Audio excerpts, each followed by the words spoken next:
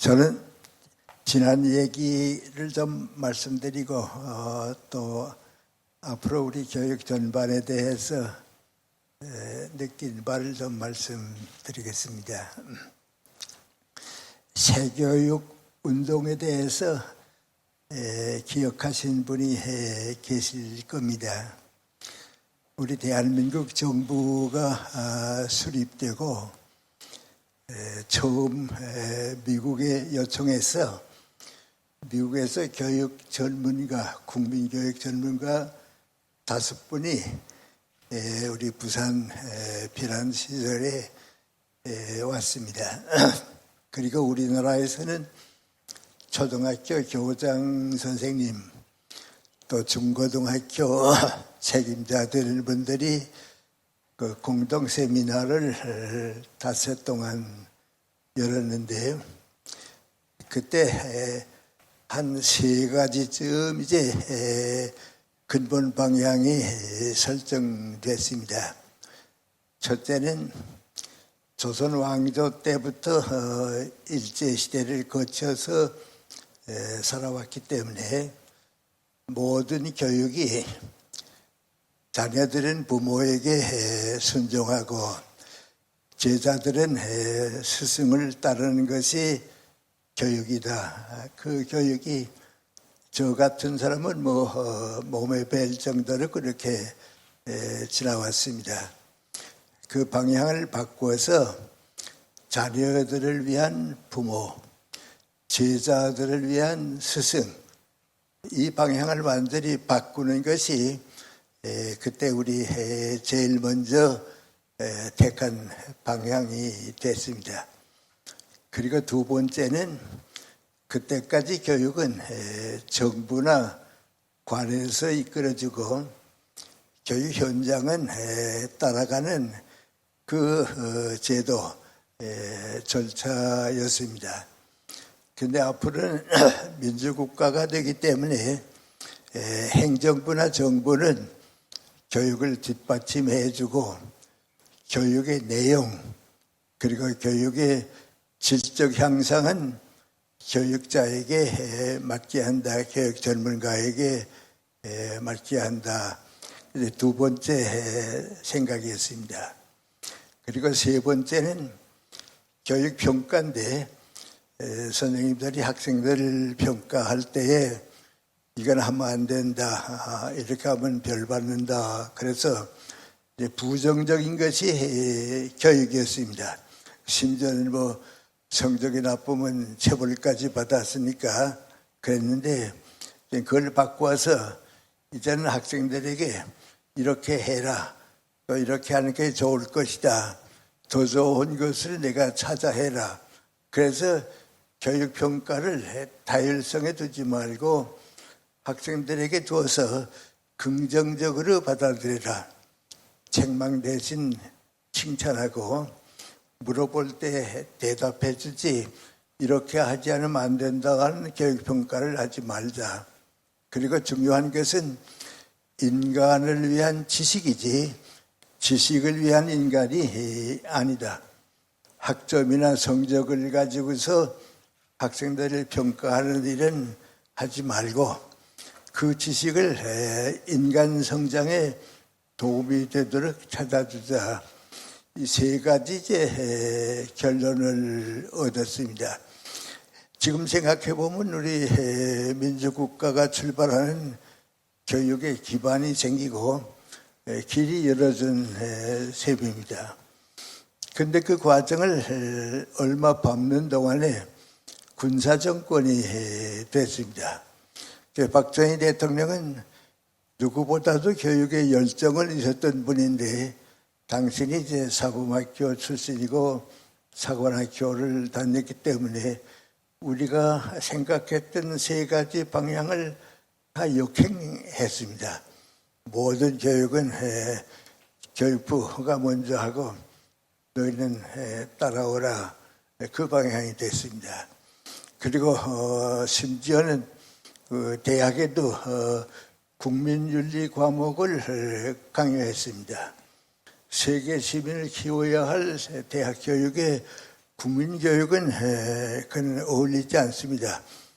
고등학교까지는 가능할지 모르지만 그리고 또 더 심한 것은 우리 교장 중고등학교 교장 선생님들에게 충효 사상을 또 강조하다가 이제 끝났습니다.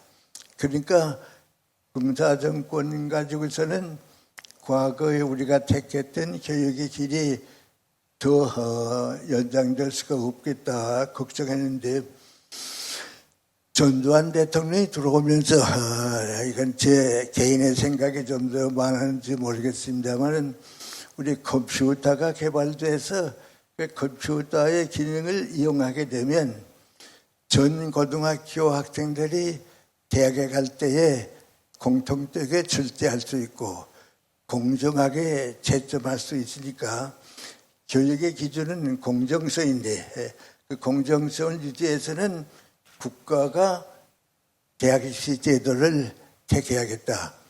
그래서 지금 우리가 그 뒤를 밟고 있습니다만은 입시 제도에 수능 시험 제도가 생겨서 오늘까지 오고 있습니다.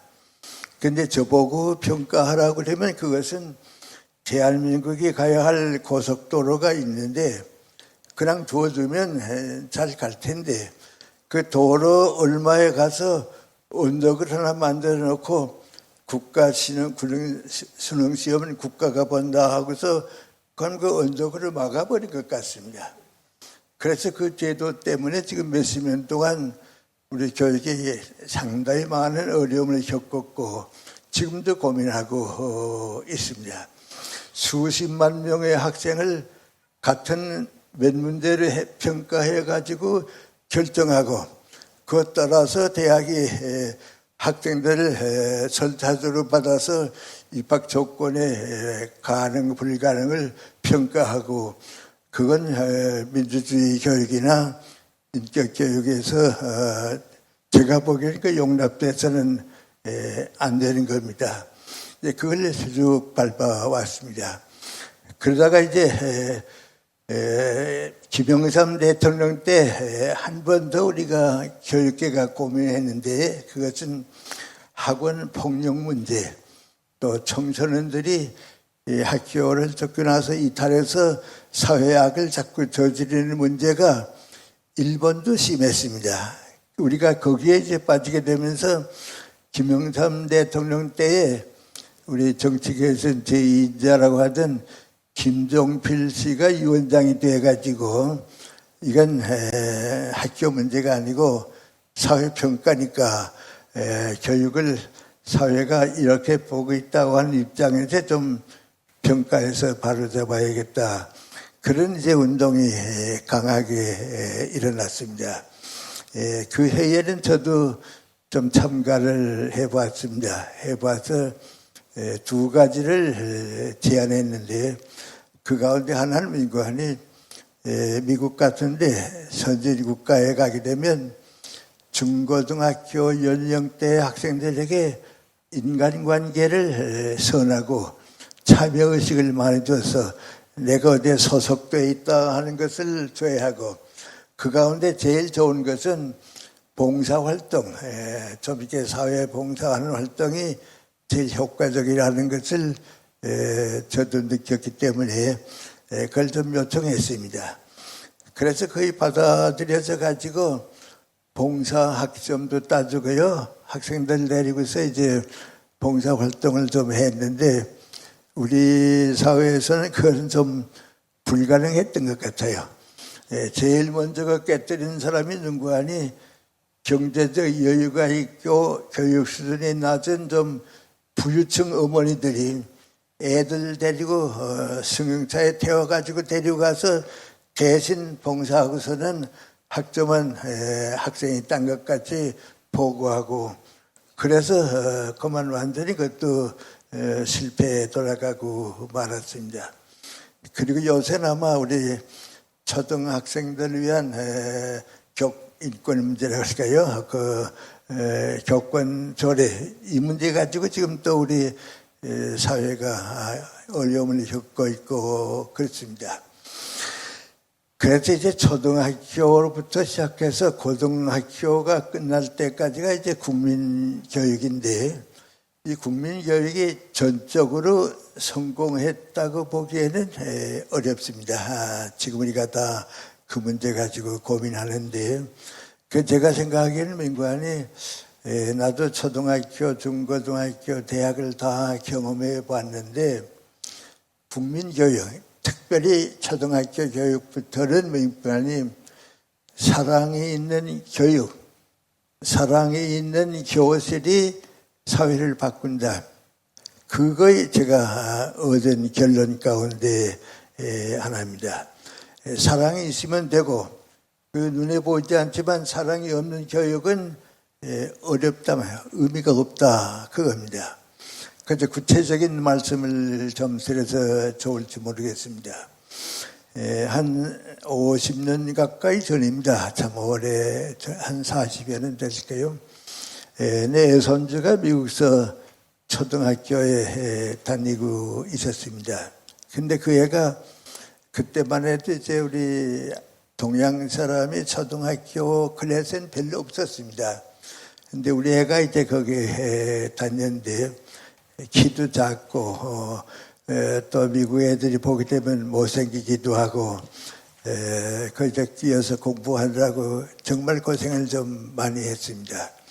그러니까 내 딸이 걱정스러우니까 담임 선생이 바뀔 때마다 찾아가서 좀 이렇게 열등의식을 가지지 않게 좀 배려해 줬으면 좋겠다고, 아들 하나 키우는 게 그렇게 힘드니까 이렇게 마음을 쓰고 있었습니다. 그 애가 4학년 됐을 때입니다.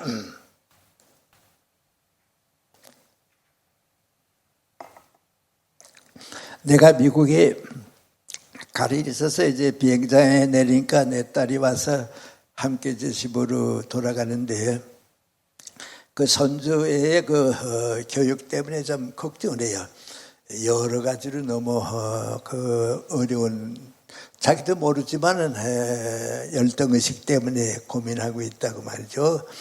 그래서 내가 그래도 뭐 철들어야지 어떡하겠냐고, 며칠 전에 체육대회가 있었는데 이놈이 모든 점에서 미국 애들한테 진다고 말이죠. 꼴찌한다고 말이죠. 그래서 체육대회는 끝냈지만은 좀 마음이 무겁다고 그래요. 그 집에 갔는데 내 손주애가 이제 학교에서 돌아왔습니다. 오래간 만에 보니까 이제 뭔가 자기 자랑을 좀 하고 싶은데 할 게 없으니까, 할아버지 나 이번 체육대회에서 상 받았는데 상장 보여줄까 그래요. 엄마 얘기는 다 꼴찌만 했다고 하는데 상을 받았나 그래서 좀 보자 그랬습니다. 그래서 이제 봤습니다. 봤더니 그 뭐라고 줬는 거 아니, 제일 열심히 뛰었기 때문에 이 상장을 준다 그랬어요. 꼴찌는 다 했거든요. 그렇지만 제일 열심히 뛴 것도 첫째거든요. 그래 내가 그거 보고서 말이죠.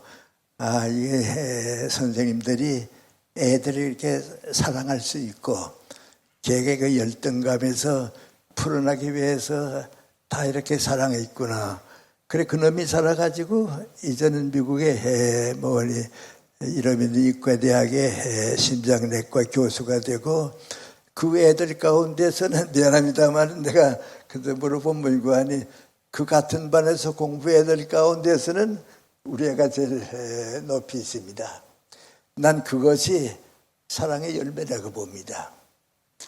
그리고 한 10여 년쯤, 한 20년쯤 지난 다음입니다. 우리 서울에 병원을 경영하는 의사과정이 있었습니다. 그런데 그 어린애가 좀 그 지능이 떨어집니다. 치진합니다.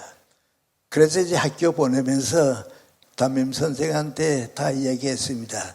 우리 애는 좀 이렇게 지적으로 늦어지니까 좀 잘 배려해 주었으면 좋겠다고, 그 어머니 마음으로 가서 이제 부탁을 했습니다. 그리고 이제 이따만큼 학교에 가보곤 하는데, 한 번 학교에 가봤더니 담임 선생님이 어린애들 4명을 세워놓고서 책망하는 거예요. 그 민구관이 성적이 나빠서 너희들 성적 때문에 우리 클래스가 다른 클래스보다도 떨어졌다고 말이죠. 그러면서 그 책망하는 게 민구관이 그렇게 공부 못하는 너희들은 인생 쓰레기야. 아무 데 가도 필요가 없어 말이야. 좀 공부 잘하라고 그렇게 책망했습니다. 그 어머니가 그만 갔다가 그 얘기 듣고서 내 어린애가 치진아로 태어난 건 걔 잘못이 아닌데 너는 인생 쓰레기다 하는 얘기를 듣고서 그만 너무 충격이 컸습니다. 어떡하냐고 말이죠. 그러다가 이제 내 딸이 한국에 나와서 몇 해 동안 좀 있었는데 내 딸을 만났습니다. 만나서 그 얘기를 하면서 미국으로 병원을 접고 이사 갈 수도 없고 참 얘가 어떻게 했으면 좋을지 모르겠다고. 그래서 내 딸이 그 어머니한테 내 손주 얘기를 했습니다. 그랬더니 그럼 좀 미국 좀 가게 해달라고. 그 미국에 한 가정을 소개해줘서 글로 가서 거기 갔습니다. 저리가 아무것도 아닌 것 같이 생각하는데요. 나는 그 담임 선생을 잘못했다고 얘기하고 싶진 않아요. 왜요? 성적이 좋아졌으면 좋으니까 그건 그럴 수 있어요. 그러나 한 사랑하는 어린애를 인간 쓰레기라고 얘기할 정도가 되면 애정은 없습니다. 사랑은 없습니다. 그러니까 애들을 성적 올리면 학교가 좋아지고 선생의 인기가 올라가고 수단으로 삼았던 것입니다. 나는 이런 걸 볼 때 말이죠. 이건 아니다 말이죠. 뭔가 우리가 눈에 보이지 않는 잘못이 있는데 그런 생각은 그 선생만 가진 게 아니고 우리 대부분이 다 가지고 있습니다. 또 그 다음에 우리 김영삼 대통령 때 문제가 돼서 우리 대학 총장님들도 모이고 교육부 장관 이런분도 모이고 다 모여서 학교에서 쫓겨난 애들, 이탈당하는 애들 이거 어떡하냐 말이죠. 그 걱정이 생겼습니다. 그 애들이 사회학을 저지릅니다. 사회 문제를 만들고 그럽니다. 그래서 이제 많이 걱정을 했는데 그때 일본도 그 비슷한 상황이었습니다. 중고등학교에서 쫓겨난 애들이 사회학을 자꾸 일으키니까 좋은 방법이 없겠는가 말이죠. 근데 내가 우연히 이제 교육에 관심이 있으니까 보았는데 일본서 있었던 사건이 하나 생각이 납니다. 일본의 어느 중고등학교 선생님이 애들을 퇴학을 시켜서 내보내 놓고서는 저 애가 이제 어디로 가느냐고 말이죠. 갈 건데 내쫓긴 했는데 저런 애들을 사랑하고 위해주는 게 교육이지. 두어줘도 저보다 잘 자라나는 애들은 그건 괜찮다고. 선생이 해야 할 일은 뭔가니 저런 애들을 만들지 않아야 한다고 말이죠. 그래서 이 선생이 이제 여러 가지를 연구하다가 학교에 사표를 냈습니다. 사표를 내고 자기 그 구역 도평 시내에 어떤 그 유아지죠. 버림받은 땅이 있는데 거기에다가 또 이제 많이 연락해가지고 노후도에서 달리지 못하는 버스, 시내 버스가 있는데 이제 더 못 쓰게 된 그 버스들을 몇 대를 모아가지고서 거기에다 모아놓고 그 버스 하나를 교실 하나로 만들어가지고 퇴학 맞은 학생들, 학교에서 쫓겨난 학생들을 받아들였습니다. 그래서 이제 도와주는 선생들에게 학교 교육을 정상적으로 해서 그 버스 클래스에서 교육받은 애들이 본교로 돌아가기도 하고 또 다른 학교로 전학시키기도 하고 그 애들 위한 그 버스 학교가 생겼습니다. 그게 사회적으로 많이 알려지게 되니까요. 언론기관이나 교육기관에서 무슨 문제가 생기면 교육학자에게 이런 문제 어떻게 생각하느냐, 또 교육부는 어떻게 생각하느냐, 또 대학 교육수는 어떻게 생각하느냐, 그 이제 여론을 쭉 수습할 때는 그 버스 클래스의 선생한테도 물어봅니다. 당신은 어떻게 생각하냐고 말이죠. 근데 그 사람이 제일 주장하는 게 뭔가 아니 작은 학교입니다. 작은 학교는 초등, 중, 고등학교는 시설이 좋고 학생이 많고 큰 학교가 되면 좋은 학교라고 착각을 하는데 그건 사랑이 없는 학교라고 말이죠.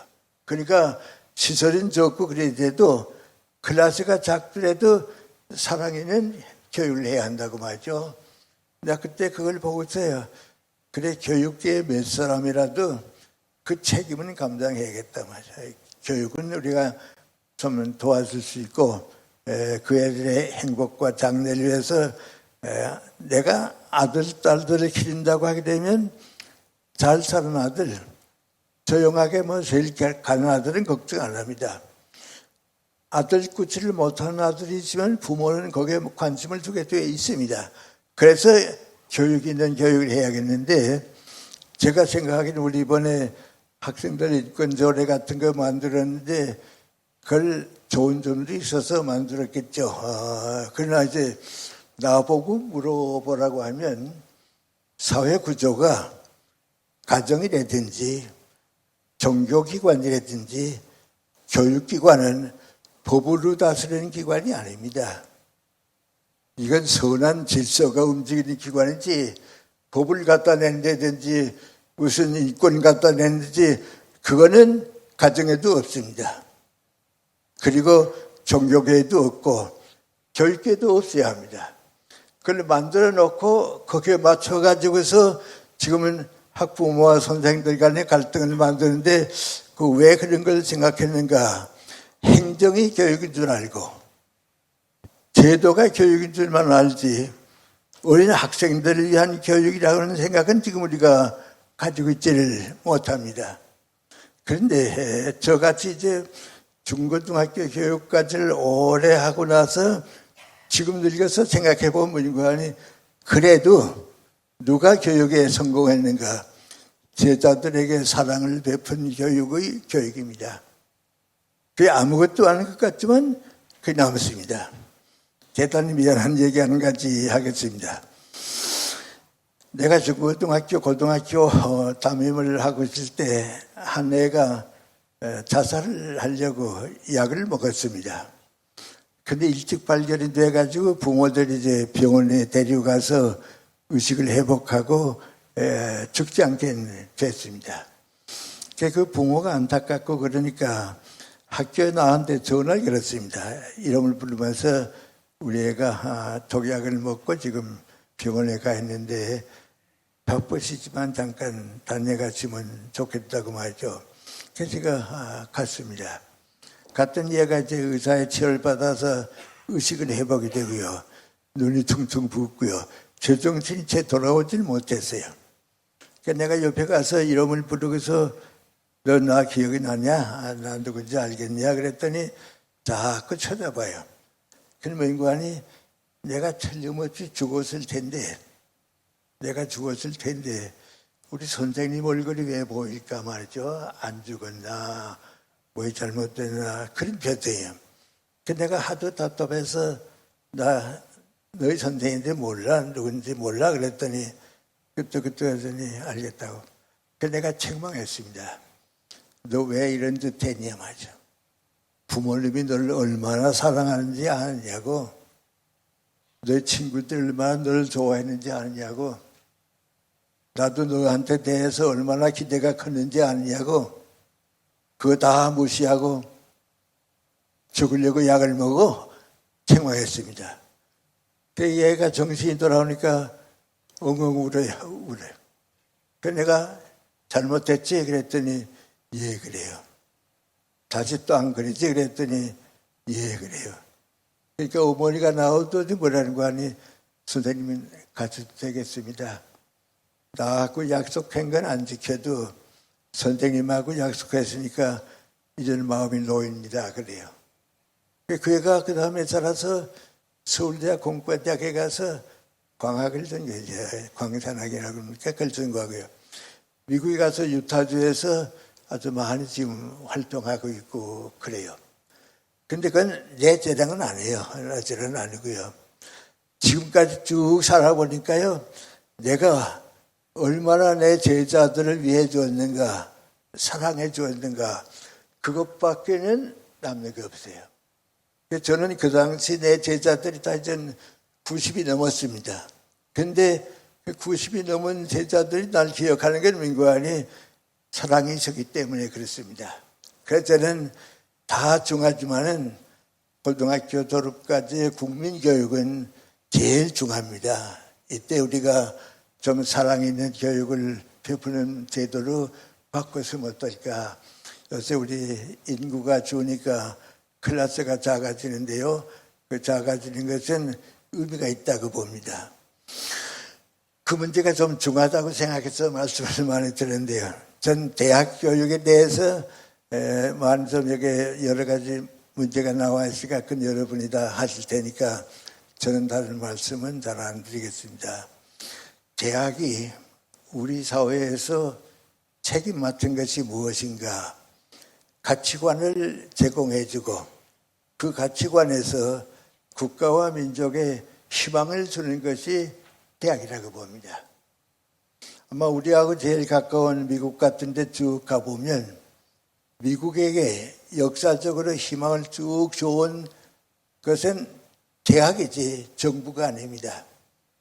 정치가 아니고 대학입니다. 그걸 감당했기 때문에 아메리카는 희망이 있고 그것이 올바른 희망이었기 때문에 세계에 영향을 미치게 되고 그랬는데 지금 우리 사회는 가치관의 상실입니다. 뭘 어떻게 나가고 무엇을 해야 한다는 게 좋은지 모릅니다. 그래서 저는 다른 분야는 잘 모르지만 인문학 분야이기 때문에 한 가지만 말씀을 드리려고 하는데요. 처음에 연세대학교 가서는 철학 교수였습니다.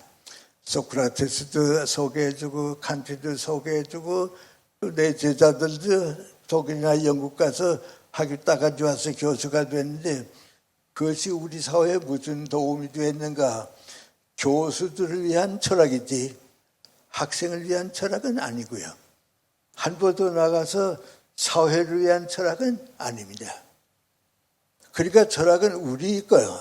상하탑 밑에서만 하지 사회에 대해서 주는 게 너무 없습니다.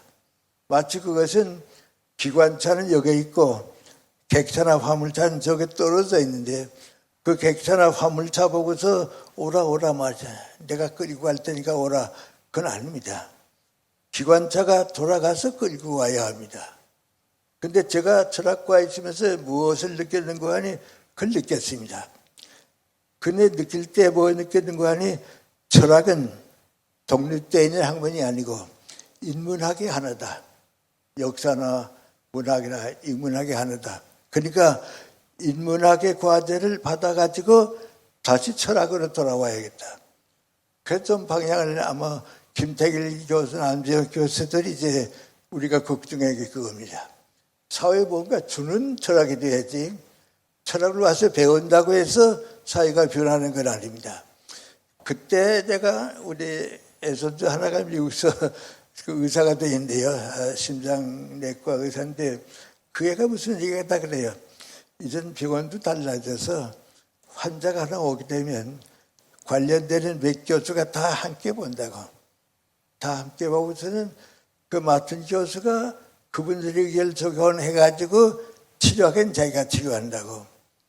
그래서 저도 뭐 생각했는가 하니 철학 교수들이 너나 하지 말고 인문학이라고 하는 사회적인 현실 속에 한번 들어갔다 나와가지고 철학 교수가 되면 그땐 철학이 생명력을 얻습니다. 전 요새 그런 변화가 아닌가 그렇게 생각합니다. 지금 대학에서 자꾸 달라지는 게 민구안이 입학할 때부터 전공을 가리지 말자. 다 좀 크게 자라게 해줘가지고서 전공은 자기가 후에 택하게 하는 건데 하지 말자. 그것도 한 그런 변화일 것 같습니다.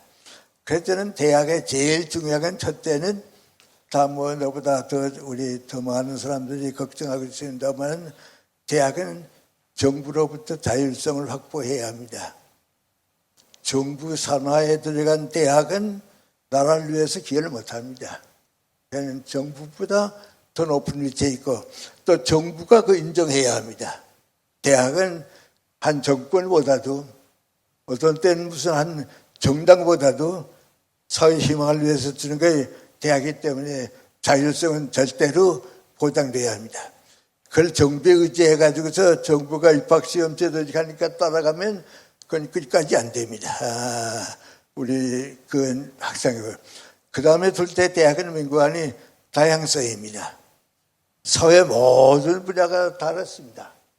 그 모든 분야에 대한 다 걸청을 보니까 다양성입니다.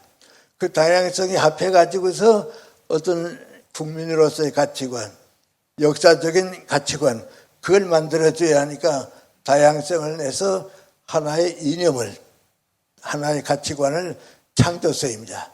그래서 대학은 자율성, 그 다음에 다양성, 그 다음에 창조성, 이걸 가져야 한다고 생각하는데 그 가운데 제일 중요한 것 가운데 하나는 사라지고 있는 인문학인데요. 인문학은 많은 위치를 차지하는 학문이 아닙니다. 사실 인문학은 대학의 한 부분이지만 아닙니다. 그런데 역사가, 우리 역사가 시작될 때 인문학이 시작돼 가지고 사회과학이 나오고 거기에서 자연과학이 나오고 거기에서 기계공학이 나왔는데 그 뿌리는 인문학입니다. 인문학은 인간은 무슨 가치관을 가지고 어떻게 살아야 하느냐니까 여기서 사는 사람들이 뿌리를 놓치게 되면 안 됩니다. 만약에 뿌리가 무슨 폭풍의 나무가 쓰러지듯이 넘어지게 되면 그 사회는 공산주의 같은 몰락을 가져올 수도 있고 그렇습니다. 그래서 그 가치관을 제공해 줘야 하는데 그 가치관은 무엇인가? 도망하는 인간이 인간답게 행복하게 살 수 있는 가치가 무엇인가? 찾아가는 도중에 있습니다. 그러나 그 길에 깔려 있는 건 길이 하나입니다. 첫째는 민관이 진실과 진리입니다. 어떤 이념에다가 진리를 맞춘다고 생각하는 건 아니고요. 현실에서 시작해서 찾은 진리가 있어야 하고요. 그 다음에 그 진리가 무엇인가 하고 생각할 때 자유와 인간입니다. 나는 대학은 희망을 줘야 하는데 그 희망을 줄 때는 민관이 진리의 가치가 무엇인가, 자유의 방향이 무엇인가, 창조의 방향이, 그리고 마지막 가서는 인간애가 무엇인가.